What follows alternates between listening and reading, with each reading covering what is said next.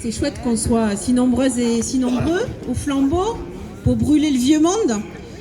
Alors, du coup, on va vous lire le texte d'appel, le texte national d'appel. Et comme c'est nous toutes, les enfants qui sont atteints, qui sont violentés, eh bien, on va le lire à plusieurs et on va faire du collectif. Donc, on va lire ce texte à 6 voix. Gardez votre vieux monde. Nous en voulons un sans violence sexiste et sexuelle. Nous sommes féministes. Nous sommes de celles qui reçoivent les paroles des victimes chaque jour. Nous sommes de celles qui ne veulent plus compter les viols, les incestes, les féminicides, les agressions sexuelles et sexistes. Nous sommes de celles qui ne cessent de prôner la transformation de nos politiques publiques pour en finir avec toutes les violences faites aux femmes, aux enfants et aux minorités de genre. Nous dénonçons, nous agissons, nous luttons sans relâche contre ce fléau. Nous écoutons les paroles des victimes, leurs drames ne sont pas des fictions. Nous sommes solidaires et déterminés face à cette réalité qui touche toutes les femmes, qu'elles soient célèbres ou non. Nous sommes fiers de chacune d'entre nous, de celles qui parlent et de celles qui ne peuvent pas.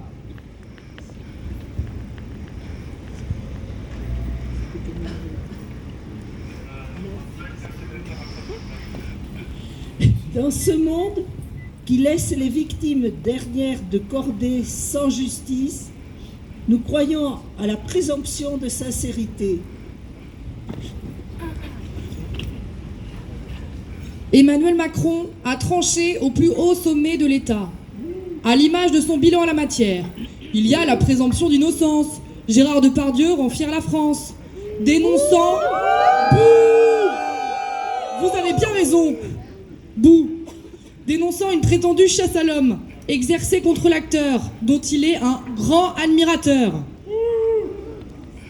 Dissimulant volontairement le fait qu'il est mis en examen depuis 2020 pour viol et agression sexuelle, et occultant les nombreux témoignages existants sur l'attitude sexiste et dangereuse de l'acteur à l'encontre des femmes sur les plateaux de tournage.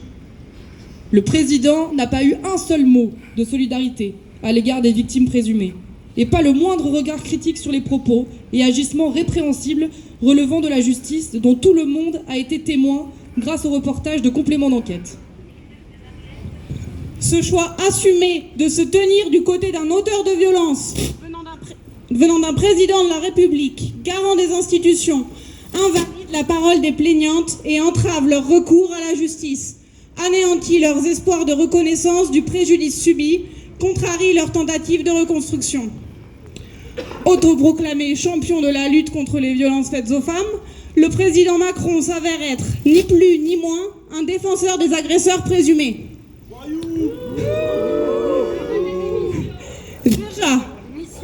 Déjà, en décembre 2021, pendant l'affaire Nicolas Hulot, il discréditait les féministes en les comparant à une société de l'Inquisition, faisant d'elles des bourreaux, là où elles sont en réalité victimes ou défenseurs de ces dernières. Relisons tous les témoignages individuels. Chacune d'entre nous sait de quoi il s'agit. Quand nous disons #MeToo, la violence patriarcale s'exerce sur nous au quotidien, quel que soit notre âge, notre métier, notre condition sociale. Pour rappel, les mises en cause dans ces affaires sont à 96% des hommes. Les femmes et les filles représentent 86% des victimes de violences sexuelles. Parmi toutes les victimes, 56% sont mineurs. Nous dénonçons de nouveau aujourd'hui ces chasseurs qui nous voient comme leur proie, qui nous pensent à leur disposition, qui supposent que le sexe et la violence se confondent à leur profit et pour leurs prétendus besoins. Nous voulons que cessent rapidement les laissez-faire et les passe-droits, car les agresseurs n'existent pas qu'au cinéma. Ils sont aussi présents dans notre quotidien. Ce quotidien dont la violence est validée et acceptée par le président de la République. Ouh!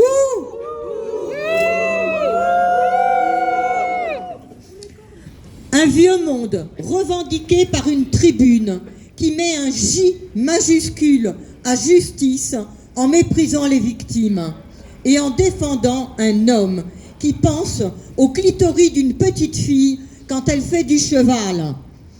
Les signataires savent ne prendre aucun risque.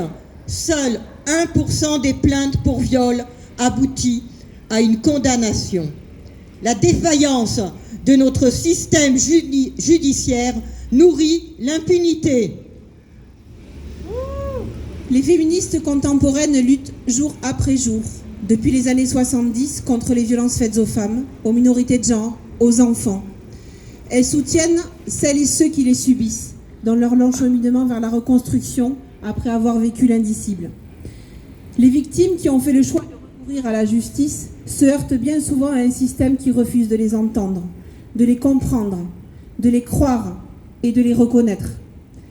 Depuis MeToo, la tolérance sociale reculait, des progrès étaient accomplis. Ne laissons pas anéantir ces progrès par des propos irresponsables, graves et sexistes du président de la République qui a porté atteinte aux droits des victimes et aux droits de toutes les femmes et des enfants. Alors oui, je vous le dis, nous sommes frères, excusez-moi, c'est une erreur. Oui, je vous le dis, le vieux, et je vous le redis, le vieux monde doit disparaître. Ne laissons pas ceux qui ont peur de le perdre défendre ces vestiges pourrissants. Nous continuerons à défendre avec détermination les droits des femmes à disposer de leur corps et leur droit à une vie digne.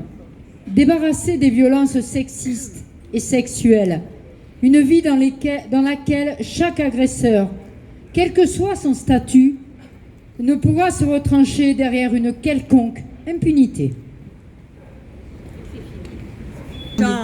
Depuis le mois de décembre, chaque samedi matin à 11h, il y a des rassemblements, place de Verdun.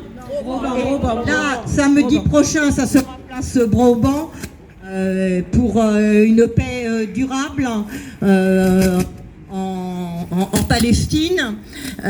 Et le dimanche 14, à la préfecture contre la loi Darmanin.